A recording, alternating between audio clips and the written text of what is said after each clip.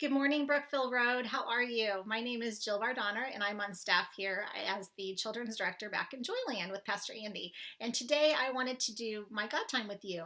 So the passage that I'm looking at today is from 1 Samuel chapter 2, verses 4 through 8. And I'm going to go ahead and read that to you right now.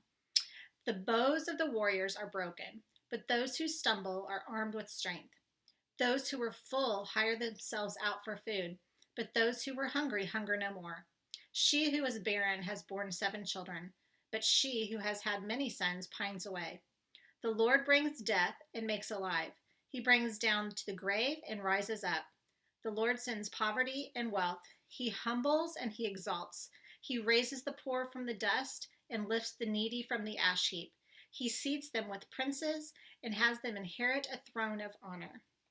So I like that passage just to, my observations were that God supplies and equips people with what they need. And sometimes he works contrary to what we think he's going to do. So in that first passage in verse 4, it talks about the bows of the warriors are broken, but the ones that are stumbling, he gives strength. So you would think in that situation that the warriors that have the big bows and are going out are going to be the ones that triumph in that victory. But what is happening is that God equips people with things that you wouldn't think, and they are the ones that prosper. So as I was thinking about this, that God works contrary to the natural expectations, he reveals things to us that are surprising sometimes. So I was thinking about it in this pandemic at home, how we're most of us are sad to be at home all the time. It is good in some ways, but we're kind of getting tired of it.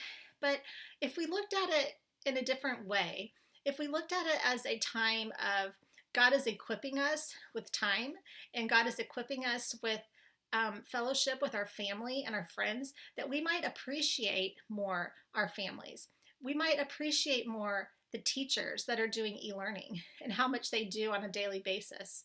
We might appreciate more our families.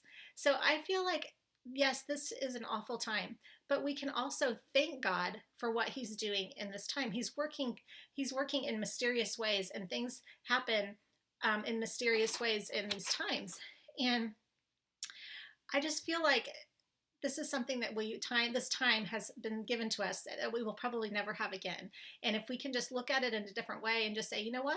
God is doing something here that is contrary to what the world sees. The world sees a pandemic, and yes, it's awful, and it's horrible for those that have it. But for those of us that are sheltering in place, we have an opportunity, and God has equipped us with something that is far better. We are going to look back on this and say, thank you, God, for that pandemic, because that's the time that I really connected to my family, or I really connected to my spouse, or whatever it may be. So that's my takeaway today, is just that sometimes in your current situations, you can't see how God's going to work, but he will, and sometimes it's contrary to what you think. So I hope that you guys liked this today, and I hope you have a wonderful day today. Talk to you later. Thank you.